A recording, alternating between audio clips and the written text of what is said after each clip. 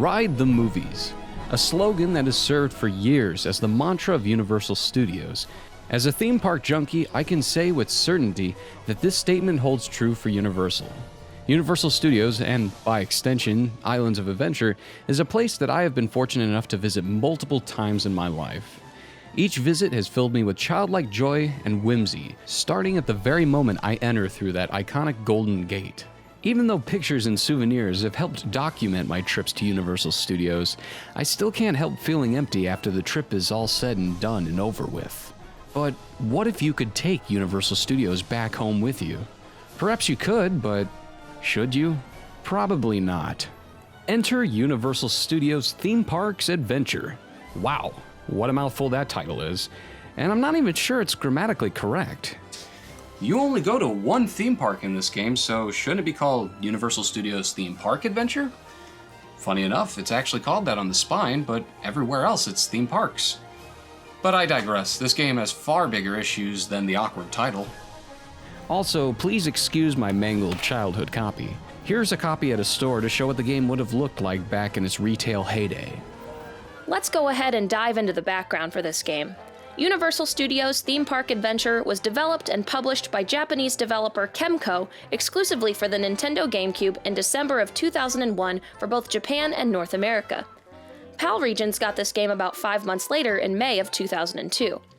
The release dates for this game are so close to the GameCube's debut that some consider it a launch title for the system. As a result of the GameCube's newness, Universal Studios Theme Park Adventure didn't do a good job of showcasing what the GameCube had to offer, causing the game to flop commercially. Stuttering frame rates, low poly counts, messy texturing, and other low-quality flags led the game to be compared to games from the previous generation. Ouch. And in some ways, it's definitely got that feeling of last gen lurking in it, with the main drawback being the total lack of 3D developed environments. Most of the game has pre-rendered backgrounds, giving it the sort of feeling that makes it kind of akin to an old school Resident Evil or Final Fantasy game, but without any of the charm or environmental factors that help compensate for and sell the idea of pre-rendered backgrounds. Instead, things feel, well, a little bit out of place. Sort of like you're plopping a 3D model in a really low-res photo. Growing up, I thought the effect worked pretty well, but as an adult, it's clearly not aged well. As a result of the pre-rendering, you cannot see any different angles of the park. Additionally, mapping is strict, and overall, it's just a tricky game to navigate. And as a result, we got lost a lot during this playthrough. Actually, let's talk about that. Thankfully, we were just at Universal Studios a few weeks ago for our honeymoon, and we've got a map to navigate the game. Because for some reason you don't get one when you walk in the park gates. Huh. You know, I don't hardly see any of the attractions here anymore other than E.T. Back to the Future is now The Simpsons, Jaws is now Diagon Alley, and, well, honestly, I don't ever remember there being a Backdraft or Waterworld attraction, and I've been coming to Universal Orlando for decades. Oh, that's right! The game must be based on Universal Studios Hollywood. This is Orlando. Plus, this map is way too recent. We need to get a map from the appropriate time period. Like this one. Wow, that's convenient. Alright, now we're in business. There's Jurassic Park, Wild Wild Wild West, Waterworld, Backdraft, Back to the Future, E.T., the whole shebang. But something still isn't right. The layout is wrong. These locations aren't right. Well, it turns out there's a bit more to the map than this. Remember the part where we said that Kemco is a Japanese developer? Yeah, well, if you're putting the dots together, this is actually Universal Studios Japan. Boy, does that explain why I was so confused as a kid. But now, pairing adulthood with the wonderful uninhibited access of the World Wide Web, I can clearly see the resemblance. They've actually done a pretty decent job recreating Universal Studios Japan. But then again, since these backdrops are mainly pre-rendered, it is a bit of low-hanging fruit. Like all things, theme parks regularly evolve and change their attraction lineups. For example, the only thing from that aforementioned list left in Orlando are E.T. Adventure and Jurassic Park River Adventure in Islands of Adventure. Much to my surprise, quite a few of these classic attractions, including Jaws, Backdraft, and Waterworld, are still featured in Universal Osaka, and they seem to be accurately placed in-game. That's a nice tip of the hat, even if the scale of the rides isn't quite as accurate. Now, I should clarify you do actually get an in-game map, but only by talking to the correct NPC near the front gate. But if you were a kid like me, you probably avoided all the NPCs and their often useless dialogue. But once you get the map, you can see all the attractions and travel around the park only to wait in line for all your favorite attractions. Hooray! Okay, well, maybe not that part. As for the rides themselves, they're basically just mini-games that reflect either key moments or specific themes from the movies they're based on. However, many of these mini-games are actually quite different from their amusement ride adaptations. Let's get in line and visit some of these attractions. Let's start with Back to the Future. The Back to the Future movies are some of my favorites, and as a result, I grew up loving this ride. I was heartbroken when it was replaced by the Simpsons ride. However, the Back to the Future minigame was one of the few that actually did resemble both the film and the ride it was based on. In both the minigame and the actual ride, you drive the DeLorean around and are required to chase and bump Biff hard enough to send him back to the present time. In the game, you start out in Hill Valley, just like on the ride. Then the next segment takes place in the Ice Age, and then it wraps up finally in a volcano-ridden early period of geologic time. Eventually, after consistently trying to pit maneuver Biff for about 3 minutes, you'll send him back to the modern era where a bunch of poorly modeled police cruisers surround Biff in what looks like a rather large and empty parking lot, ending the game. This is certainly a bland departure from having Biff get yanked out of the time machine by Institute of Future Technology technicians and exiting the vehicle to some tasty jams by Huey Lewis and the News. Overall, I give this minigame the most points for trying to be like the ride, but the gameplay is absolutely lackluster. Hitting Biff is akin to trying to get the same pole end of two magnets to collide, driving is slippery, and Biff's lack of dialogue is utterly tiring. What are you doing? What are you doing? What are you doing? What are you doing? Even with these drawbacks, the game possesses enough similarities to make it feel like a pretty decent parallel. Now let's move on to another one of my favorite franchises, Jurassic Park. What? Wait a second, is this a line? Yeah, apparently after completing your first attraction in-game, you'll find that all the rides around the park are jammed up, just like they would be during an actual day at a theme park. Bonus points for realism, I guess. Instead of going through the normal, boring capitalism route and buying an express pass, the game forces you to buy articles of clothing advertising the Universal Park and its properties. Somehow, your dedicated fandom allows you to skip the lines. Whoa, I wish that worked in real life.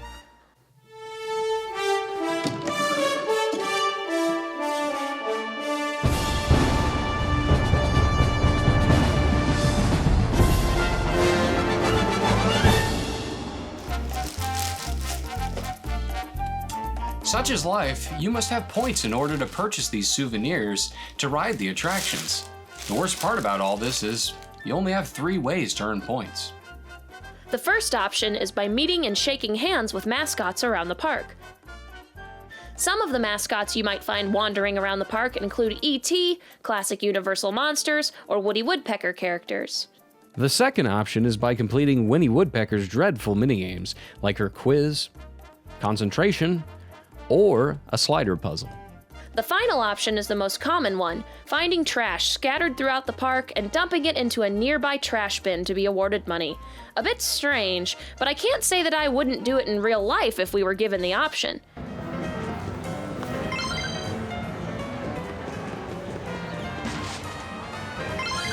At least the game tries to present an eco-positive message. Back to the rides. As I was mentioning, Jurassic Park is an interesting addition. The ride itself is supposed to be a water raft ride through various exhibits until it derails and your party is attacked by dinosaurs. Who would have thought? This one, however, is a rather bland reimagining of the excellent Sega and Raw Thrills arcade games. In the minigame, T-Rex is the recurring big bad and you're attacked by hundreds of velociraptors and other prehistoric creatures roam by. When paired with unresponsive hitboxes, a repetitive nature, and slow projectile speed, forcing you to lead shots, Jurassic Park sounds good in theory, but is weak in its pursuit of trying to emulate the arcade game. E.T. Adventure is, well, just okay. It has some promise and hits enough similarities to echo the ride, but the wobbly controls lead me to crashing and falling off my bike multiple times. You get to fly over the city in a brief cutscene, but something like a cop chase or any other real-time event might have made this minigame better. Like the rest of the game, it just kind of feels lifeless and lacks any true detail. Jaws is about as empty as it gets, which is sad to say for one of the most terrifying and thrilling movies of the 1970s. In the minigame adaptation, you stand on the Orca and toss cargo over the deck to deter Jaws before he tears your ship apart, and that's literally it. If you can time your throws, it's fairly simple and shouldn't take too much effort to beat. This whole minigame is absolutely carried on the back of John Williams' licensed score playing in the background the entire time. The final two rides are probably the most fun to play, but they're also the properties that we know the least about. Backdraft is an action game where you fight through what I'm guessing is the chemical plant from the movie. The actual attraction for Backdraft isn't a ride, but instead it's a special effects show where fire and explosions are shown to the guests inside of a set that mimics the chemical plant. Overall, Backdraft isn't too shabby. It has some decent length and mechanics to make it one of the better minigames. That leaves the Wild Wild Wild West as the last minigame. Like the Backdraft attraction, the Wild Wild Wild West attraction is a stunt show instead of a ride, thus allowing Kemco to take a lot of creative liberties with their minigame interpretation. These liberties resulted in a shootout type contest. Drag your crosshairs and shoot targets quicker than AI 3 times in a row to claim victory. It's an old and tired but reliable formula that works and makes for a solid game. I can't really complain too much about this minigame, except for the dreadfully awful AI competition. Even the most difficult bot would still seemingly fire randomly without much attention to detail. This minigame was just a bit too easy.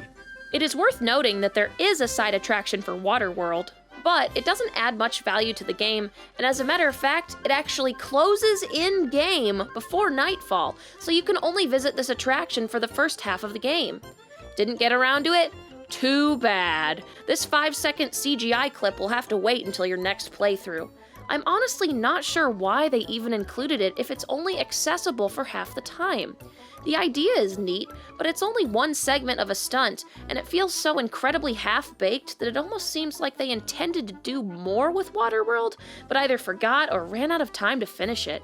You can view the stunt segment from multiple angles, which is cool, and judging by the footage I've seen online, it seems to be pretty accurate to the actual in-park show, but it's just so empty that it once again falls short, kind of like everything else in this game. So at this point, you gotta be wondering, well, what's the point of this game? The depth is ankle deep, and the attractions themselves are more like the dollar store versions your grandmother would find and stick in your stocking at Christmas time. The point is, well, to basically ride all the attractions. You see, whenever you enter the park, you're given a stamp pad with a list of the attractions on it. For each minigame or attraction you complete, you get the ride stamp. Collect all the stamps, and you complete the game. The only 2 attractions we haven't covered yet are the Quiz and Universal Studios itself. The Quiz is one of the minigames that I mentioned earlier you can use to collect points.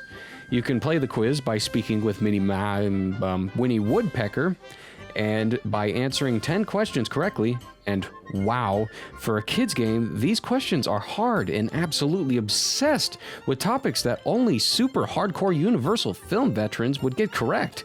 Even with our combined effort, we still fell short of success numerous times. There was even one point where we consulted my Amazon Echo for help. What? That's not an answer! To absolutely no avail. As mentioned earlier, the final stamp is Universal Studios. Now that's generic. Shouldn't you get it for walking in the front gate? Well, no. Remember where I talked about going around the park and picking up trash? Well, there's something else hidden in these piles. When you walk around, you'll find golden letters.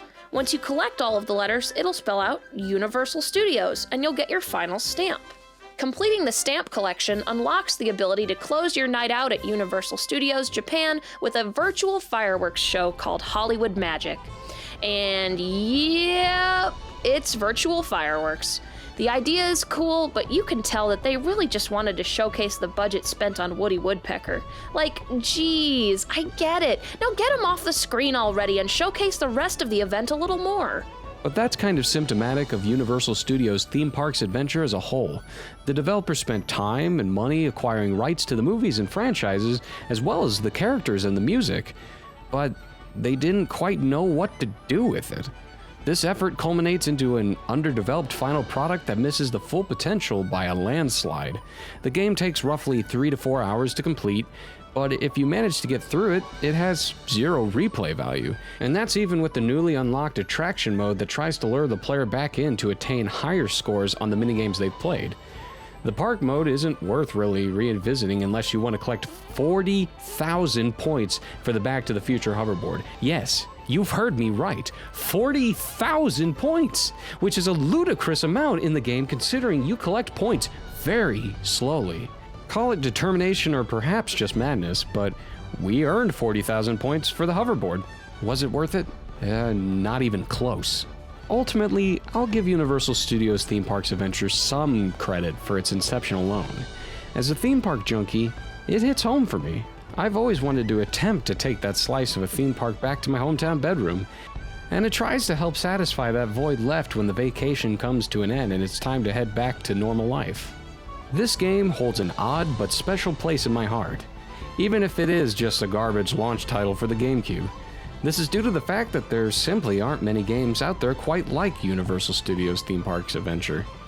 I guess the one exception is the more modern Disneyland Adventures, which, from what I've seen, tries to capture the same feelings of being in the park, and it's pretty accurately portrayed. But it seems to suffer from the same things that Universal Studios did. The minigames are soulless adaptations of the rides rather than recreations of the rides themselves, which ultimately dampens the whole experience. We might have to take a look at Disneyland Adventures here on the channel in the future, but I think that would require a trip to Disneyland for research purposes. Yeah, research purposes. All in all, theme parks as video games is an interesting and niche subgenre to explore. But as it stands, just skip waiting in line for this one and go to an actual theme park instead. Until later, this is Gaming Browse, signing off.